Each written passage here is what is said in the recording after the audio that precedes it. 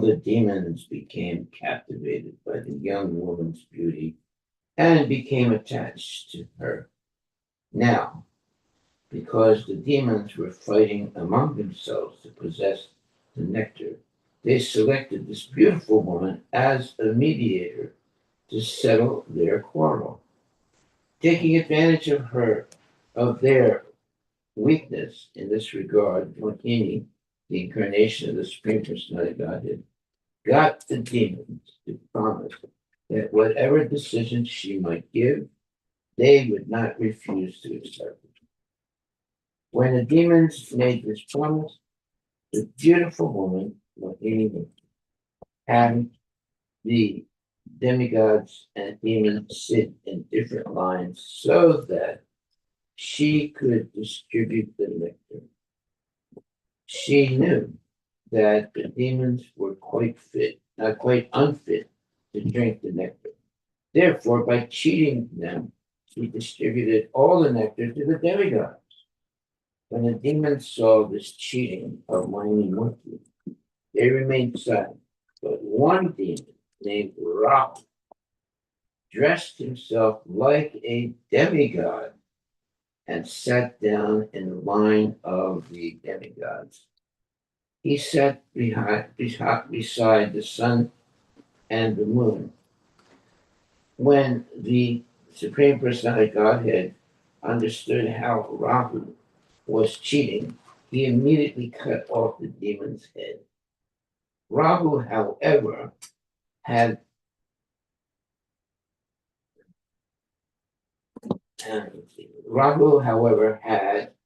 already tasted the nectar, and therefore, although his head was severed, he remained alive.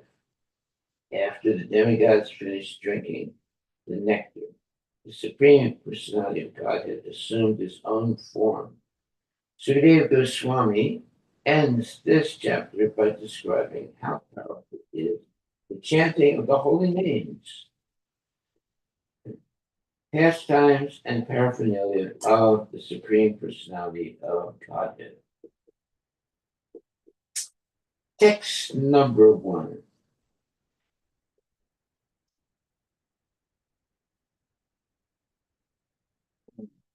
Srimad Bhagavatam, Canto 8, Chapter 9, text number 1. Sukadeva Goswami said, thereafter, the demons became inimical toward one another, throwing and snatching the container of nectar. They gave up their friendly relationship. Meanwhile, they saw a very beautiful young woman coming forward toward them. Text number 2. Upon seeing the beautiful woman, the demons said, alas, how wonderful is her beauty! How wonderful the luster of her body, and how wonderful the beauty of her youthful age.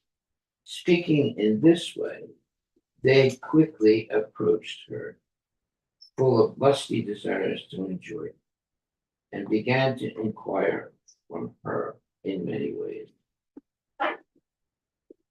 Text number 3. Oh, wonderfully beautiful girl, you have such nice eyes, resembling the petals of a lotus flower. Who are you? Where do you come from? What is your purpose in coming here?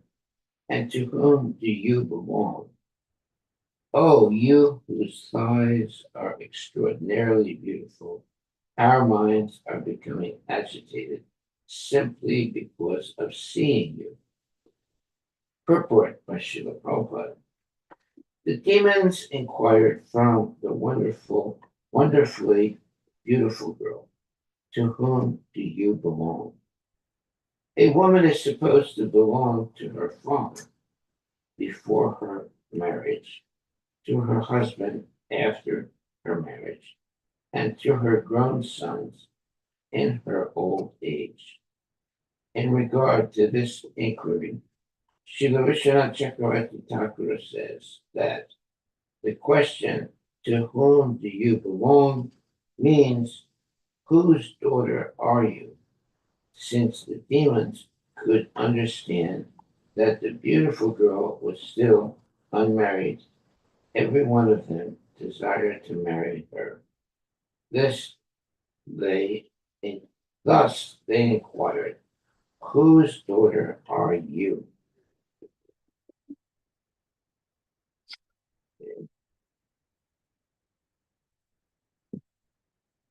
Text number 4. What to speak of human beings?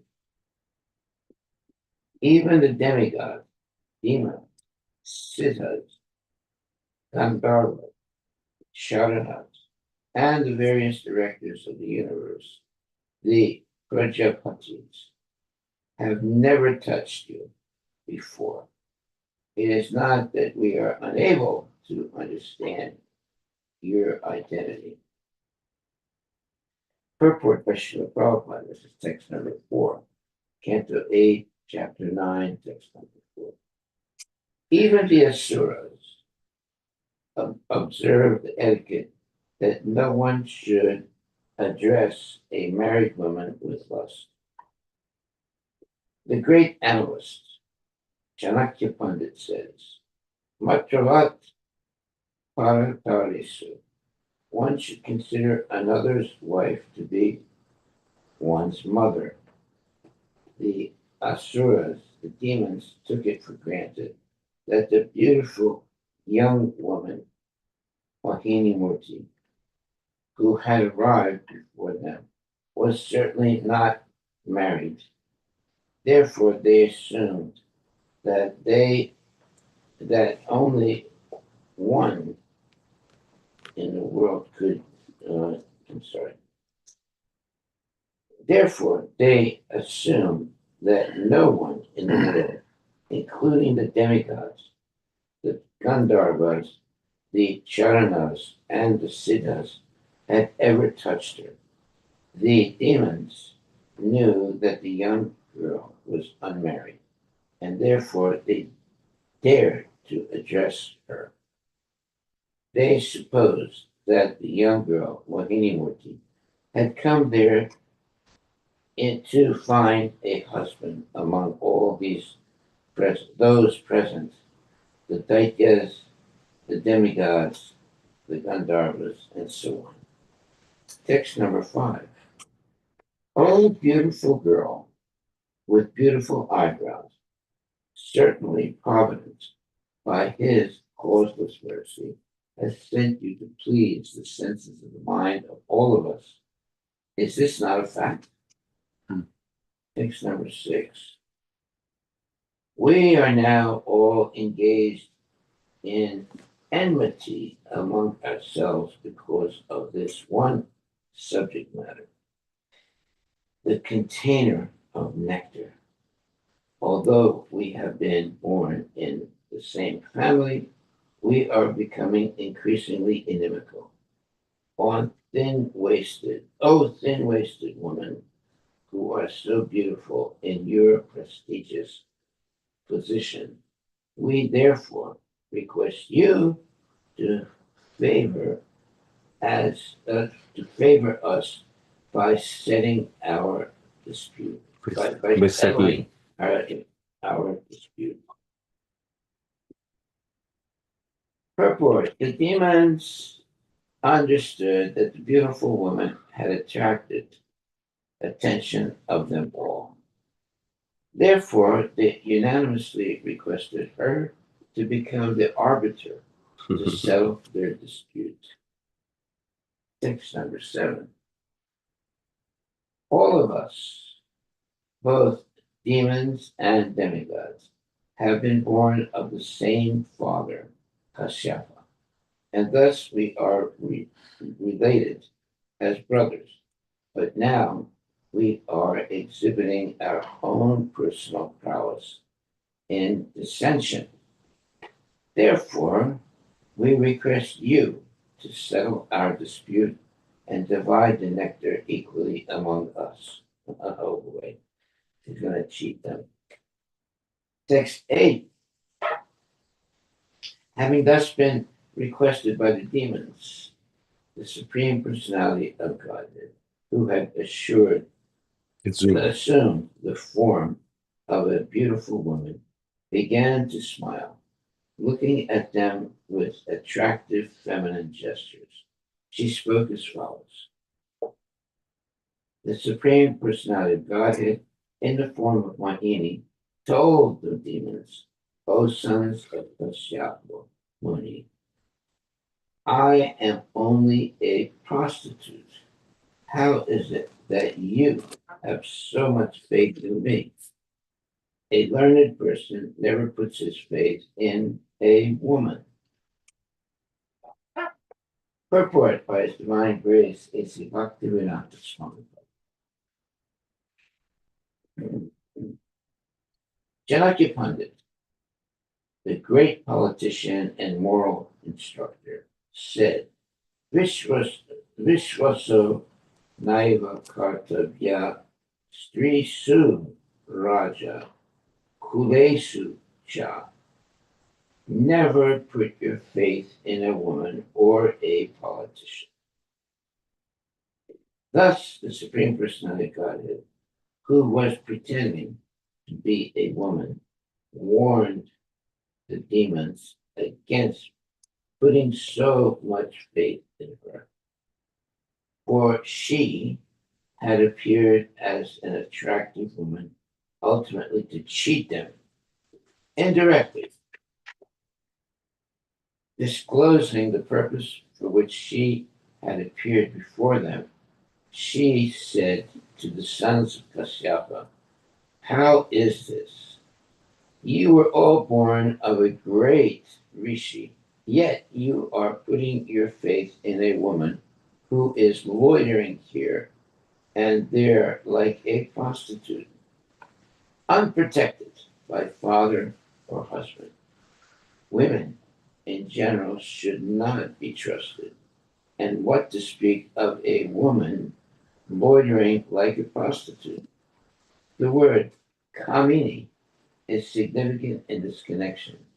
Women, especially beautiful young women, invoke the dormant, lusty desires of a man. Therefore, according to Manu Samhita, every woman should be practiced either by the husband, by her father, or by her grown sons. Without such protection, a woman will be exploited. Indeed, women like to be exploited by men. As soon as a woman is exploited by a man, she becomes a common prostitute. This is this is explained by Mohini Murti, the Supreme Personality of Godhead. Text number 10. O demons, O monkeys, jackals, and dogs are unsteady in their sexual relationships and want newer and newer friends every day. Women who live independently seek new friends daily. Friendship with such a woman is never permanent. This is the opinion of learned scholars. Text number 11. Sri Sukadeva Goswami continued. After the demons heard the words of Mohini Murti, who had spoken as if jokingly, they were all very confident. They laughed with gravity, and ultimately they delivered the container of nectar into her hands. Purport by His Divine Grace, A.C. Bhaktivedanta Swami Prabhupada. The personality of Godhead in his form of Mohini was certainly not joking by taking the seriousness by talking seriously with gravity. The demons, however, being captivated by Mohini Murti, by Mohini Murti's bodily features, took her words as a joke and confidently delivered the container of nectar into her hands. Thus, Mohini Murti resembles Lord Buddha, who appeared Sanmohaya Sura Drisam to cheat the Asuras. The word Sura Drisam refers to those who are envious of the demigods or devotees. Sometimes an incarnation of the Supreme Personality of Godhead cheats the atheists. Thus, we see here that although Mohini Murti was speaking factually to the Asuras took her words, to be uh, factitious, meaning, Facetious. facetious, right? Facetious. Indeed, they were so confident of Mohini Murti's honesty that they immediately delivered the container of nectar into her hands, as if they would allow her to do with the nectar whatever she liked, whether she distributed, threw it away, or drank it herself without giving it to them. Text 12.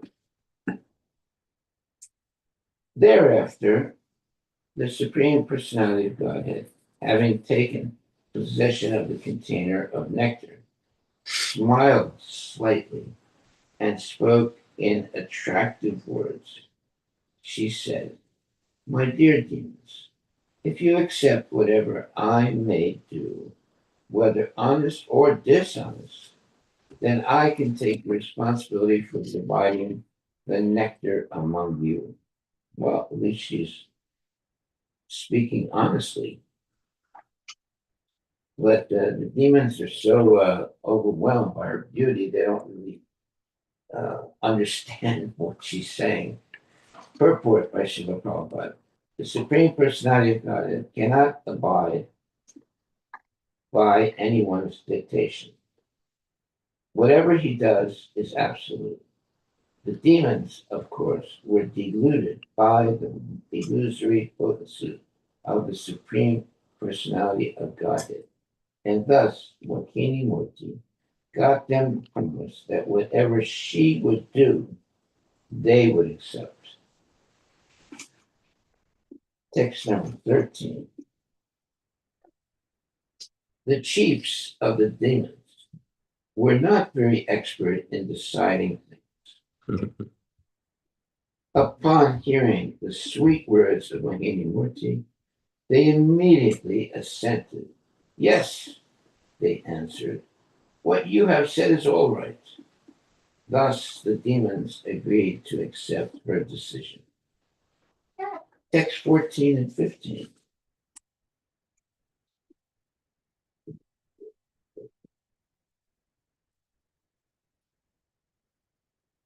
The demigods and the demons then observed a fast. After bathing, they offered clarified butter and oblations into the fire and gave charity to the cows and to the brahmanas and members of the other orders of society, namely the Kshatriyas, Vaishyas, and Sudras, who were all rewarded as they deserved. Thereafter, the demigods and the demons performed ritualistic ceremonies under the direction of the Brahmins. Then they dressed themselves with new garments according to their own choice, decorating their bodies with ornaments, and sat facing east on seats made of kusa grass. Purport by Srila Prabhupada.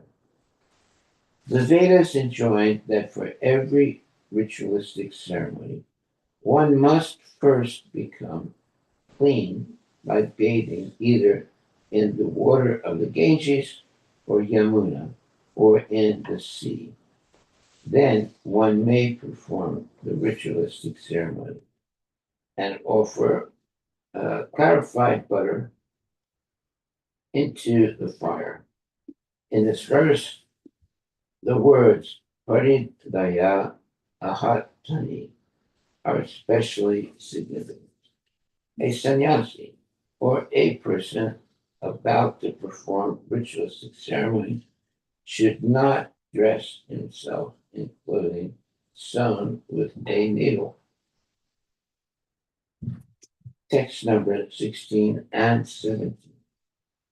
O king, as the demigods and demons sat facing east in an arena fully decorated with flower garlands and lamps and fragrant with the smoke of incense, that woman, dressed in a most beautiful sari, her ankle bells tinkling, entered the arena, walking very slowly because of her big, low hips. Her eyes were restless due to youthful pride. Her breasts were like water jugs. Her thighs resembled the trunk of elephants, and she carried a water pot in her hand. Text number 18. Her attractive nose and cheeks and her ears, adorned with golden earrings, made her face very beautiful. As she moved, her sari's border on her breasts moved slightly aside. When the demigods and demons saw these beautiful features of Mohini Murti, who was glancing at them and slightly smiling, they were all completely enchanted. Purport by Srila Prabhupada. Srila Vishwanatha Chakravarti Thakur remarks here that Mohini Murti is the Supreme Personality of Godhead in a feminine form, and that the goddess of fortune is her associate. This form, assumed by the personality of Godhead, challenged the goddess of fortune. The goddess of fortune is beautiful, but if the Lord accepts the form of a woman, he surpasses the goddess of fortune in beauty. It is not that the goddess of fortune, being female, is the most beautiful. The Lord is most beautiful. The Lord is so beautiful that he can excel any beautiful goddess of fortune by assuming a female form. Text number 19. Demons are by nature crooked like snakes. Therefore, to distribute a share of the nectar to them was not at all feasible, since this would be as dangerous as supplying milk to a snake. Considering this, the Supreme Personality of Godhead, who never falls down, did not deliver a share of nectar to the demons. Purport. It is said, Sarpa Krura Kala Krura Sarpat Krura Tara Kala. The snake is very crooked and envious, and so also is a person like a demon. Mantro Sadi Vasa Sarpa Kala Kena Nivaryate. One can bring a snake under control with mantras, herbs, and drugs. but an envious, crooked person cannot be brought under control by any means. Considering this logic, the Supreme Personality of Godhead thought it unwise to distribute nectar to the demons. Text number 20. The Supreme Personality of Godhead, as Mohini Murti, the master of the universe, arranged separate lines of sitting places and seated the demigods and demons according to their position.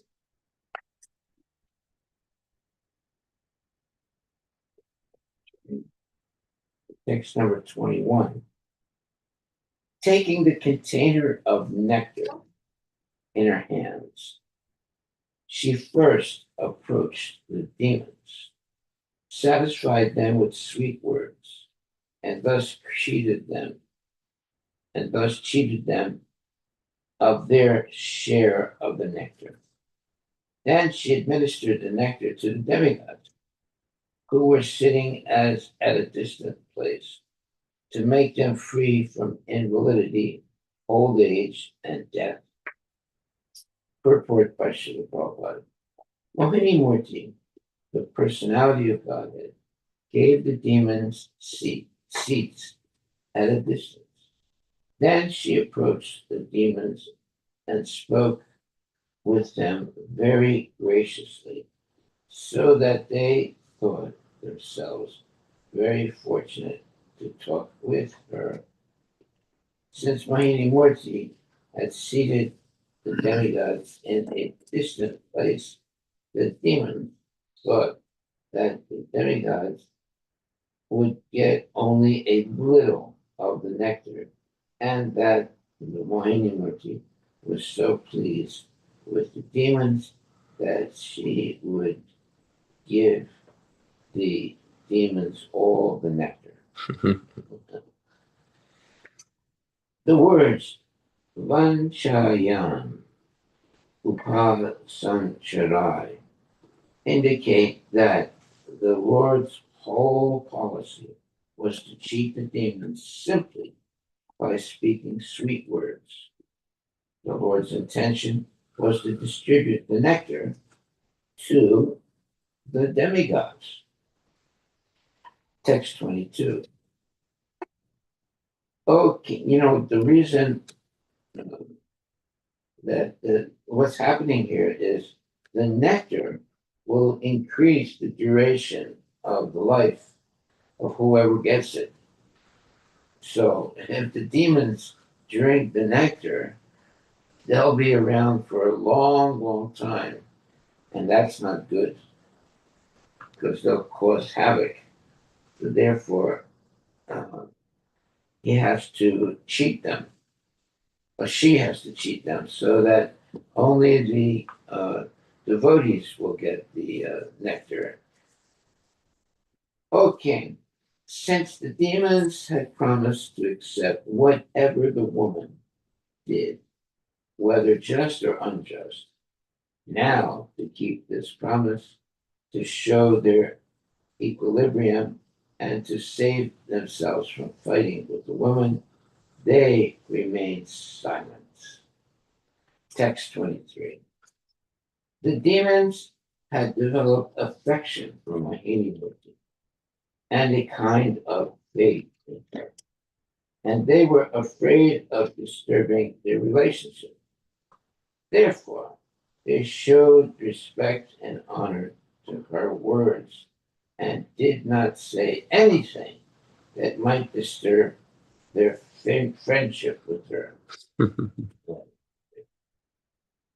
Purport by Srila Prabhupada. The demons were so captivated by the tricks and friendly words of Mohini Murti that although the demigods were served first, the demons were pacified merely by sweet words.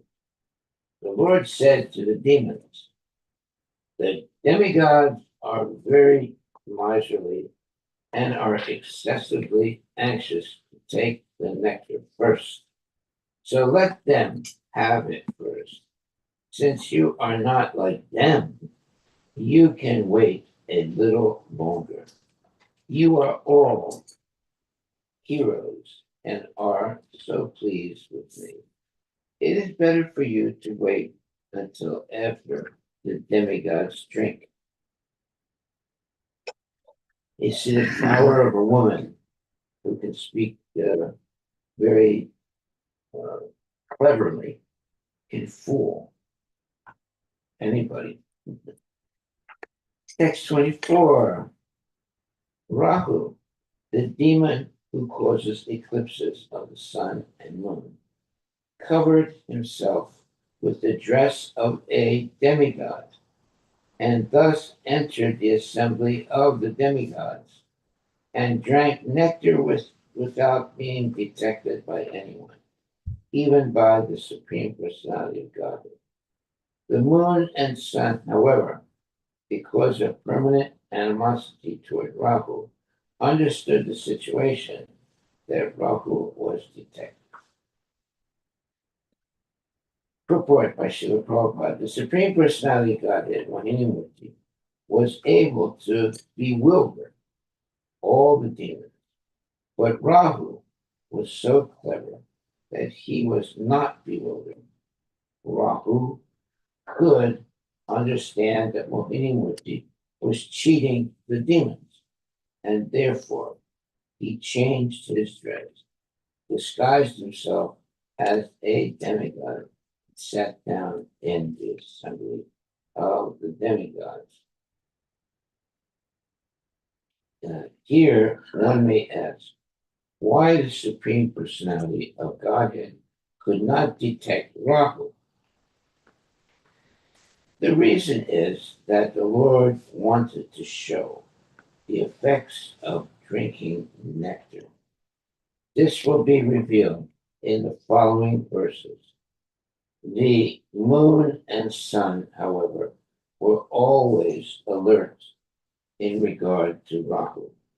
Thus, when Rahu entered the assembly of the demigods, the moon and sun immediately detected him. And then the Supreme Personality of Godhead also became aware of him. Text 25. The Supreme Personality of Godhead, Hari, using his disc, which was sharp like a razor, at once cut off Rahu's head. When Rahu's head was severed from his body, the body being untouched by the nectar could not survive. Purport by Srila Prabhupada. When the personality of Godhead, Mohini Murti, severed Rahu's head from his body, the head remained alive, although the body died. Rahu had been drinking nectar through his mouth, and before the nectar entered his body, his head was cut off. Thus, Rahu's head remained alive, whereas the body died.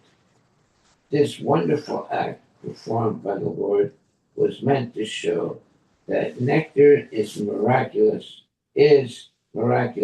ambrosia. Text 26. Rahu's head, however, having been touched by the nectar, became immortal. Thus, Lord Brahma accepted Rahu's head as one of the planets. Since Rahu is an eternal enemy of the moon and sun, he always tires to act then on the nights of the moon and the dark moon. Purport. Since Rahu had become immortal, Lord Brahma accepted him as one of the grahas, or planets, like the moon and the sun. Rahu, however, being an eternal enemy of the moon and sun, attacks them periodically during the nights of the full moon and the dark moon. Yeah, causes eclipses and things like that. Text 27. The Supreme Personality of Godhead is the best friend and well-wisher of the three worlds. Thus, when the demigods had almost finished drinking the nectar, the Lord, in the presence of all the demons, disclosed his original form. Wow. Just imagine how wonderful that is. Text 28. The place, the time, the cause, the purpose, the activity, and the ambition were all same for both the demigods and the demons. But the demigods achieved one result and the demons another. Because the demigods are always under the shelter of the dust of the Lord's lotus feet, they could very easily drink the nectar and get its result. The demons, however, not having sought shelter at the lotus feet of the Lord, were unable to achieve the result they desired. Purport by His Divine Grace, A.C. Bhaktivedanta Swami. In Bhagavad Gita 4.11, it is said, Ye tamam papadyante tam stataiva pajamyaham. The Supreme Personality of Godhead is the Supreme Judge who rewards or punishes the different persons according to their surrender unto his lotus feet. Therefore, it can actually be seen that although karmis and bhaktas may work in the same place at the same time with the same energy and with the same ambition, they achieve different results. The karmis transmigrate through different material bodies in the cycle of birth and death,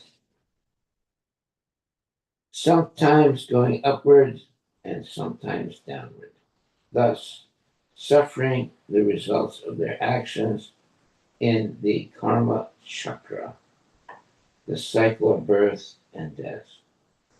The devotees, however, because of fully surrendering at the lotus feet of the Lord, are never baffled in their attempts. Although externally they work almost like the karmis, the devotees go back home, back to Godhead, and achieve success in every effort. The demons or atheists, having faith in their own material opulences, let's say, the demons or atheists have their faith in their own endeavor, but although they work very hard day and night, they cannot get any more than their destiny. Yeah, whatever their karma is. The devotees, however, can surpass the reactions of karma and achieve wonderful results, even without effort. It is also said, Phalena parichyate, one's success or defeat in any activity is understood by its result. There are many karmis in the dress of devotees, but the Supreme Personality of Godhead can detect their purpose. The karmis want to use the property of the Lord for their selfish sense gratification, but a devotee endeavors to use the Lord's property for God's service. Therefore, a devotee is always distinct from the karmis, although the karmis may dress like devotees. As confirmed in Bhagavad Gita 3.9, Yajna tat karmano nyatra loko yam karma bandhanai.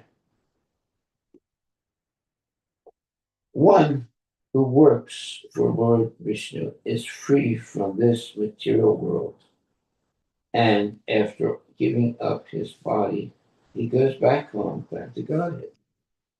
A karmi, however, although externally working like a devotee, is entangled in his non-devotional activity, and thus he suffers the tribulations of the tribulations of material existence. Thus, from the results achieved by the karmis and devotees, one can understand the presence of the Supreme Personality of Godhead, who acts differently for the karmis and jnanis than for the devotees. The author of Sri Chaitanya Charitamrita therefore says, Krishna Bhakta Niskama Ateva Santa Mukti Mukti Siddhi Kami Sakala Asanta. The karmis who desire sense gratification, the jnanis who aspire for the liberation of merging into the existence of the Supreme, and the yogis who seek material success in mystic power are all restless and ultimately they are baffled. But the devotee who does not expect any personal benefit and whose only ambition is to spread the glories of the Supreme Personality of Godhead is blessed with all the auspicious results of bhakti yoga, which without hard labor. Text 29. In human society, there are various activities performed for the protection of one's wealth and life by one's words, one's mind, and one's action. But they are all performed for one's personal or extended sense gratification with reference to the body. All these activities are baffled because of being separate from the devotional service. But when the same activities are performed for the satisfaction of the Lord, the beneficial results are distributed to everyone, just as water poured on the root of a tree is distributed throughout the entire tree. Purport by Srila Prabhupada. This is the distinction between the materialist activities and the activities performed in Krishna consciousness. The entire world is active, and this includes the karmis, the jnanis, the yogis, and the bhaktas. However, all activities except those of the bhaktas, the devotees, end in bafflement and a waste of time and energy.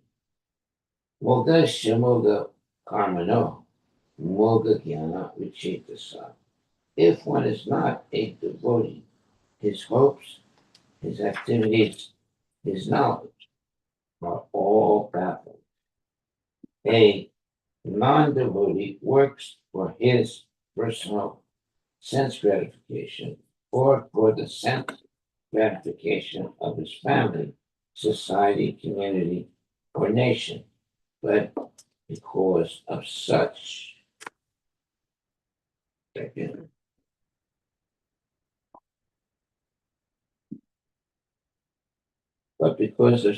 activities are separate from the Supreme Personality of Godhead, they are considered asat, meaning not holy. There's sat and asat. So asat means it's unholy. It's not bona fide.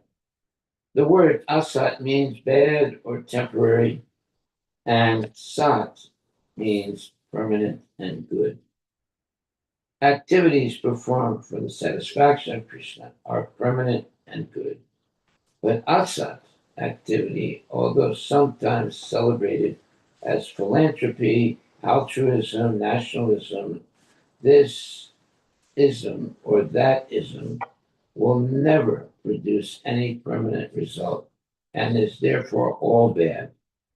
Even a little work done in Krishna consciousness is permanent asset and is all good because it is done for Krishna, the all good Supreme Personality of Godhead, who is everyone's friend. Srihidam Sarvabhutanam, the Supreme Personality of Godhead, is the only enjoyer and proprietor of everything. Bhuktaram Yagitapasam Sarvalokam Maheshwaram. Therefore, any activity performed for the Supreme Lord is permanent.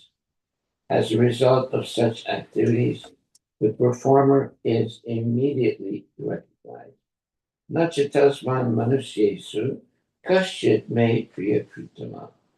Such a devotee, because of full knowledge of the Supreme Personality of Godhead, is immediately transcendental, although he may superficially appear in the engaged. Sorry. Uh, although he may superficially appear to be engaged in materialistic activities, the only distinction between materialist activity and spiritual activity is that the material activity is performed only to satisfy one's own senses, whereas the spiritual activity is meant to satisfy the transcendental senses of the Supreme Personality of Godhead. By spiritual activity, everyone factually benefits, whereas by materialistic activity, no one benefits, and instead one becomes entangled in the laws of karma. Thus end the Bhaktivedanta purports of the 8th canto, 9th chapter of the Srimad Bhagavatam, entitled The Lord Incarnates as Mohini Murti. Okay. Chapter 10, we'll just read a little bit because we're very close to ending. The battle between the demigods and the demons. The summary of chapter 10 is as follows. Because of envy, the fight between the demons and the demigods continued. When the demigods were almost defeated by demoniac maneuvers and became morose, Lord Vishnu appeared among them. Both the demigods and the demons were expert in activities involving the material energy, but the demigods are devotees of the Lord, whereas the demons are just the opposite. The demigods and demons churned the ocean of milk to get nectar from it, but the demons, not being devotees of the Lord, could derive no profit. After feeding nectar to the demigods, Lord Vishnu returned to his abode on the back of Garuda. But the demons, being most aggrieved,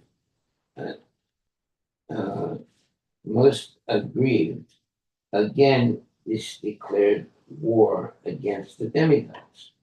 Bali Maharaja, the son of Virochana, became the commander-in-chief of the demons. In the beginning of the battle, the demigods prepared to defeat the demons. Indra, king of heaven, fought with Bali, and other demigods like Vayu, Agni, and Varuna fought against other leaders of the demons.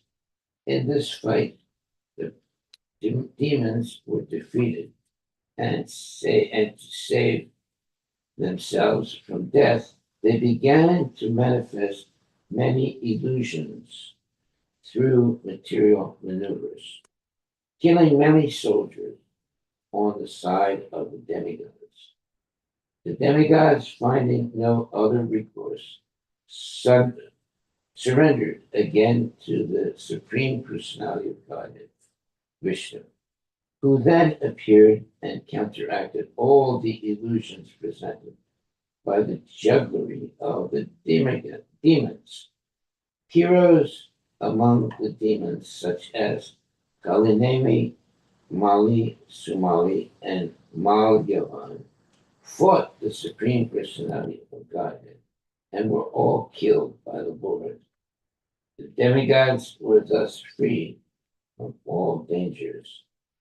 Hare Krishna, Krishna Krishna, Hare Hare Rama, Rama Rama. I think we stop right there.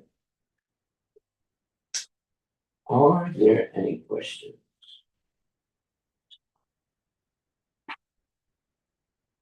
You can see how they're always going to be in this world demons and devotees, and they're always going to be fighting each other. And if the devotees are genuinely following the principles of Krishna consciousness, they will always be victorious, and the demons will always be beaten. But sometimes, when the devotees are not really fully, let's say, bona fide, they are also defeated by the demons. So this is going on all the time in the material world.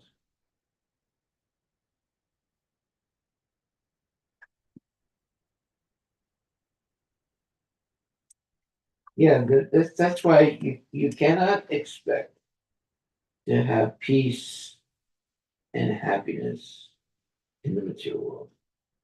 Not possible.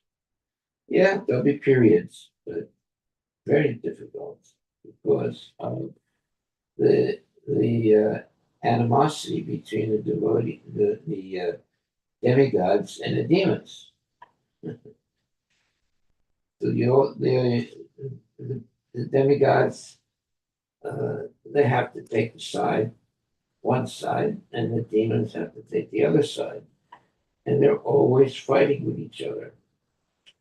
And devotees also sometimes feel that they are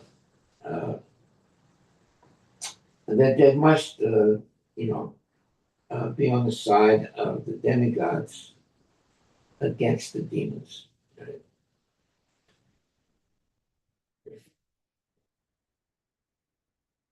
So it says here that the demigods and demons churn the ocean of milk to get nectar from it, but the demons, not being devotees of the Lord, could derive no profit. After feeding nectar to the demigods, Lord Vishnu returned to his abode on the back of Garuda, but the demons, being most aggrieved, again declared war against the demigod.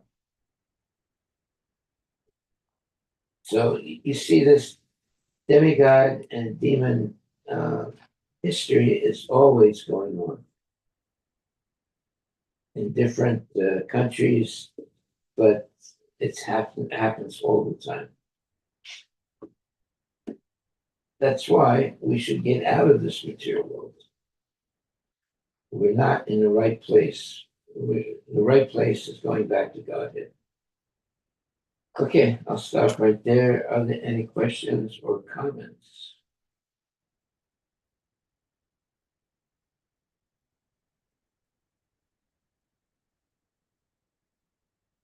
Today's takeaway, Maharaj.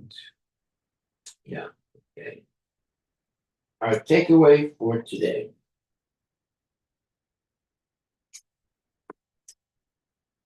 The only distinction between materialistic activity and spiritual activity is that the material activity is performed only to satisfy one's own senses, whereas spiritual activity is meant to satisfy the transcendental senses of the Supreme Personality of Godhead.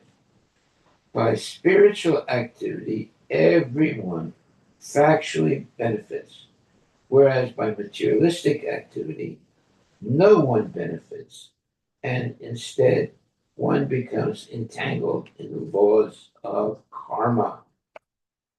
There it is. That is our takeaway for today, Right. which explains the distinction between materialist activity and spiritual activity.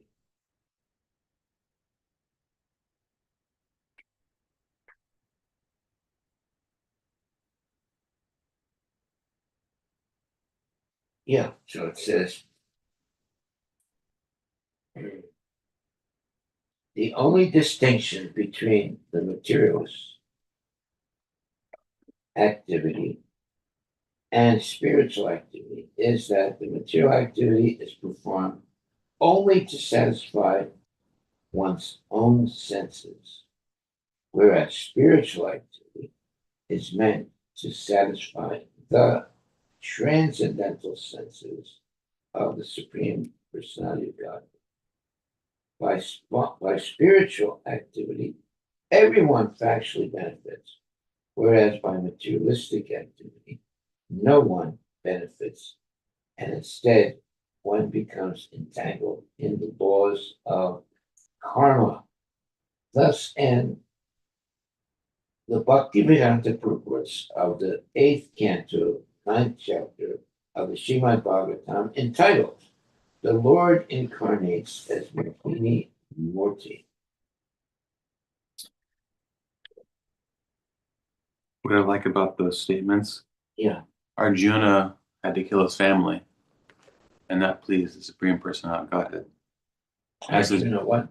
Arjuna had to kill his family in the Battle of Kurukshetra in the Gita. Yeah. And that was probably very unpleasant. But following spiritual activity, everybody actually benefited in that situation. That's what happens when you're dealing with pure devotees. Even you get killed by a pure devotee, you go back to Godhead. Even the demigods, even the demons, they're killed by devotees, they also go back to Godhead.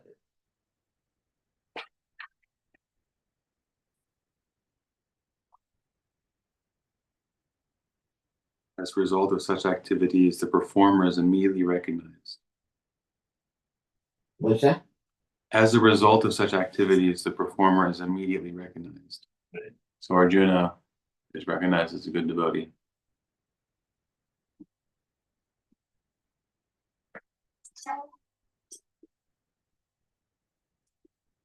Okay, so our takeaway from today.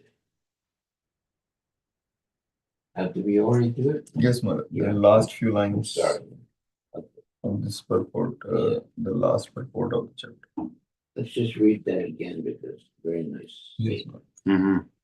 The only distinction between materialistic activity and spiritual activity is that material activity is performed only to satisfy one's own senses, whereas spiritual activity is meant to satisfy the transcendental senses of the Supreme Personality of Godhead.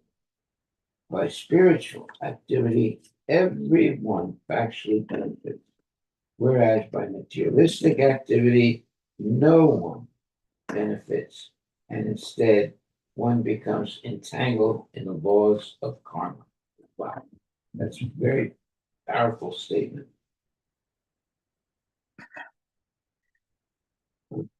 So we should always be engaged in spiritual activity for the benefit of everyone.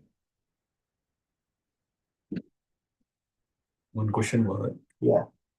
For a neophyte devotee who is trying to satisfy Lord for his all the activities, Yeah, but sometimes if neophyte devotee is getting fooled by the sense gratification, yeah. so how to avoid those sometime cases?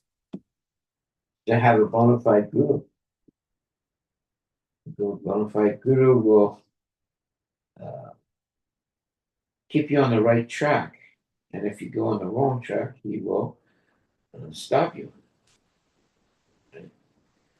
and chastise you so that you remain on the proper track of going back to Godhead. If you don't have a bona fide guru, then you can make so many mistakes and not even realize that they're mistakes. Yeah, that's very important. And obviously, most people don't want to have a guru. If they want to do things on their own. They don't want anyone to tell them what to do. But if you have a bona fide guru, it saves so much time and energy, and you don't have to make one mistake after another because you have someone that can correct you. That's what the guru does. He corrects the disciple, even chastises the disciple.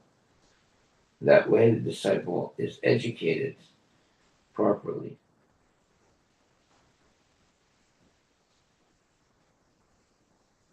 Everyone knows that it's best to have a superior person as one's what you call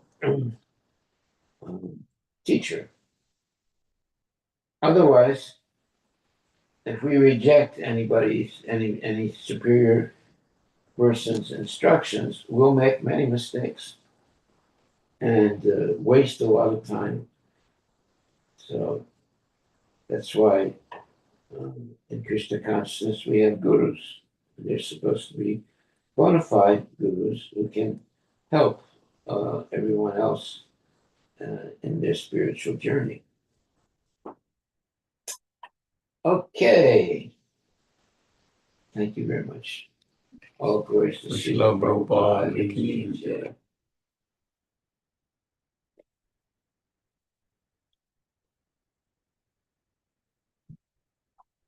I like this one statement here. It says that Nachatasman Manusyesu Kashin Me Priyakritam. Such a devotee, because of full knowledge of the Supreme Personality of Godhead, is immediately transcendental, although he may superficially appear to be engaged in materialistic activity. The only distinction between the materialistic activity and spiritual activity is that material activity is performed only to satisfy one's own senses, whereas spiritual activity is meant to satisfy the transcendental senses of the Supreme Personality of Godhead. By spiritual activity, everyone factually benefits, whereas by materialistic activity, no one is benefited, and instead one becomes entangled in the laws of nature. That is a very nice statement. Very, very nice. So we should all become genuine devotees.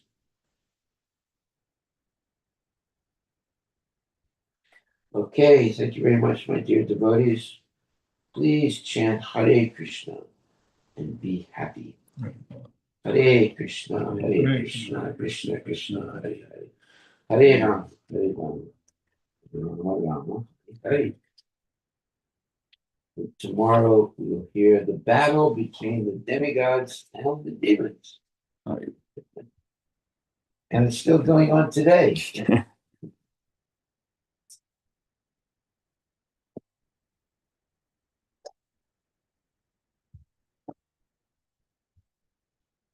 The demigods and the demons.